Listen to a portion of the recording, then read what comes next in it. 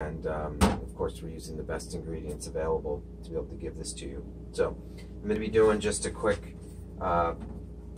combination of 1 cup brewing here with this AeroPress. This is a great tool for getting an espresso coffee without having an expensive big coffee espresso machine. So it takes a little filter in there, and we're going to be using some Guatemala coffee, of course, from Mutu, all organic coffee. Some of the keys to making good coffee are going to be having a good grinder, and we're going to actually be a little scientific here and actually weigh our beans out today for the amount that I'm going to be doing. So roughly 1 cup of coffee is 2 scoops of beans, and I'm just going to also weigh it as well. So probably about 10-15 grams of coffee beans. This is a medium to more dark roast, and we'll see how it goes. A good coffee grinder is key as well, so we're going to be doing an espresso grind here.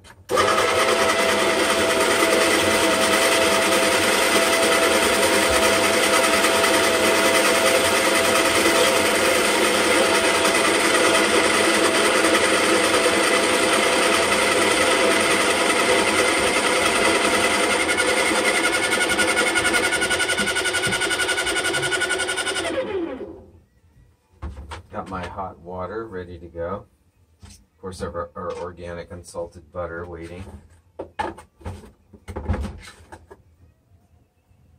I'm going to measure this again, but it's about enough for the basically 2 shots worth in the espresso AeroPress, that is.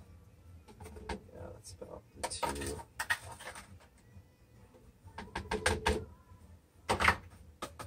This AeroPress is nice, like I was saying. It's a quick cleanup. It's such a small travel-friendly device that you could take it anywhere you go.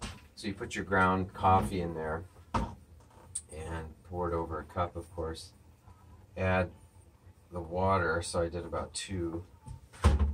It's got numbers here marked. You can't really see it, I'm sure, on the video. It's the amount of water, and then you just stir it for about 10 seconds. And then the press part is just simply a very easy procedure. You do need to put a little muscle into it.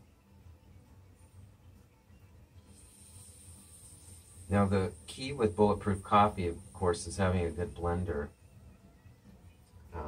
Rather than using sugar-filled sweeteners, creamers, and even half and half, which is really half sugar,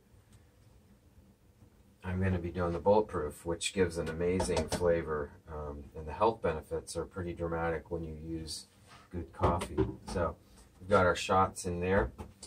We're going to start putting into our blender now. Of course, that's the shots. It's concentrated. I'm going to add just a little more hot water. Now, if you wanted to use just tap water, if you don't want hot coffee, you're going to be doing like a cold or iced coffee more. This wouldn't be cold brew, but you could add room temperature water. I kind of like using the hot water to get the butter to melt, but you don't have to if you're using the blender. The rough measurements for the fats we're going to add is about a tablespoon of butter, I think, per cup. Now this is about more like 2 cups of coffee, so I'm going to do a double, about a tablespoon. I'm not really measuring, but I can tell I'm pretty close. And then the coconut oil, I've got 2 different kinds. I've got the concentrated Keto 8, which is all MCT, from the caprylic C8, which is just a little bit more potent. Today I'm going to use this just plain MCT oil, and again, it's about a tablespoon per cup, so I'm going to do 2 of these. This is going to be pretty strong today. I'll report later how I feel after this.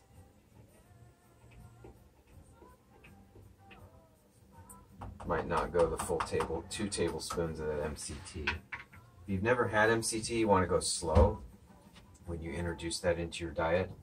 It can be a little bit cause loose stool if you get too much fat all at once and haven't been used to it. So now the keto, our little bulletproof keto coffee here, we're going to use our Ninja to blend.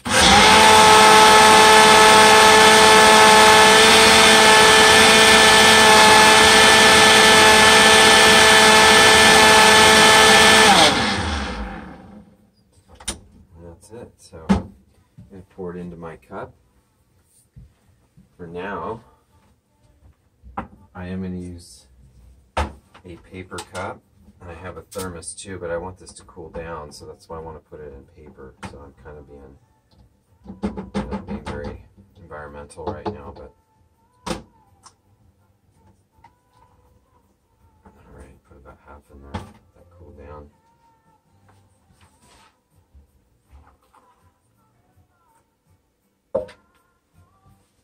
So, nice, creamy, frothy drink.